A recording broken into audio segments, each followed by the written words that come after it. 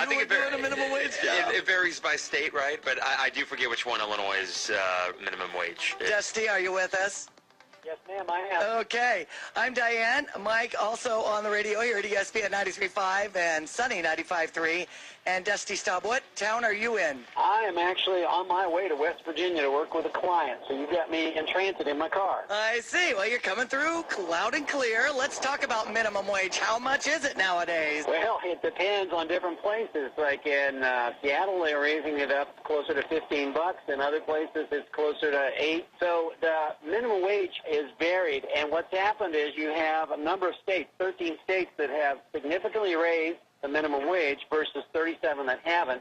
And the new research, the new survey, it's only provisional, and you need more time and more numbers. But right now, it looks like those states are more robust economically, job employment's going up. So it would appear that by raising the minimum wage, there's more discretionary money going around, which increases the velocity of goods and products and services, and actually is good for the economy, as opposed to conventional wisdom, which says it'd be bad. As a workplace expert, is that your thought, too, that minimum wage going up will stimulate the economy? I believe it will, and there's actually ample evidence. Back in 1914, Henry Ford more than doubled the wages he was paying his factory workers, and all of his cohorts, other business owners, thought he was crazy like a fox. His business really grew, and his employees could now afford to buy the very products they were making, the Model Ts that were coming off the line. And today, Howard Schultz at Starbucks offers benefits, which seems too rich in his industry to his competitors, for part-timers. So it seems like by taking care of certain needs and increasing the benefits or the pay to a certain level, of course, for employees is going to be really good for the economy because they tend to go out and spend that money. You mentioned this idea of the minimum wage increasing and then these employees going out to spend more money on goods and services, then leading to more jobs at those particular places. So the flip side would say something like trickle-down economics.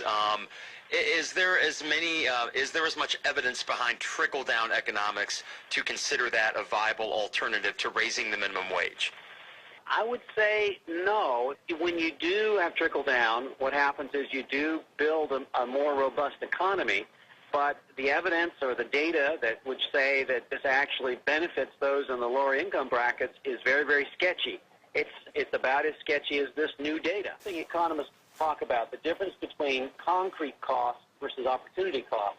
Concrete cost is what it costs me for my payroll, my benefits package, and I can look at that and see it right away. Opportunity cost is what might it do for my local economy? What might it do to bring more clients to me? What might it do if my employees were happier and had more discretionary spending? That's the opportunity.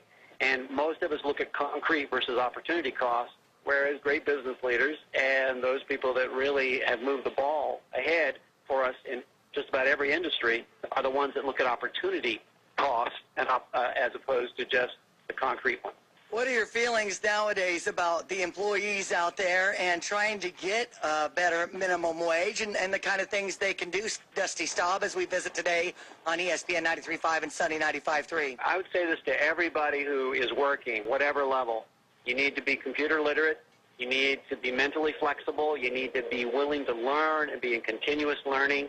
And you need to learn how to be friendly to people, flexible, so that people want to work with you. They want to engage you. They want to use you, so that you become faster and more flexible and friendly as you continue to move forward. And I think that that's going to help people be more employable for the long term. And the economy is going to keep changing. Robotics is coming. More jobs are going to be displaced. We're going to have to be very creative. And it's going to be how people think and how they cooperate, collaborate, and work with each other that will make the difference in the future. Is it fair to say that the $15, now is it the state of Washington or just the city of Seattle that has this going on? Seattle in a municipality, but I think Washington State has also increased the minimum wage. Okay. One of those states, yes.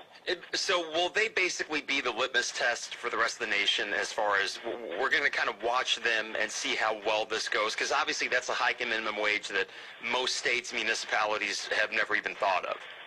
Absolutely. And here's the interesting thing. I think we've got a great laboratory going on, so we're going to find out. Does this actually boost economic activity, short-term, long-term? What's the cost? What's the benefit? So it's great that you have states experimenting, municipalities experimenting, because over time, I'd say 18 months from now, we're going to have some much more concrete numbers, and we'll know whether conventional wisdom was right, that it was a job killer, or conventional wisdom, as so often is the case, was dead wrong. Such an interesting conversation. Dusty, you have a great day and safe travel to where you're going. I appreciate you joining us on the radio. Hey, Diane, Mike, my pleasure. ESPN 93.5, Sunday 95.3.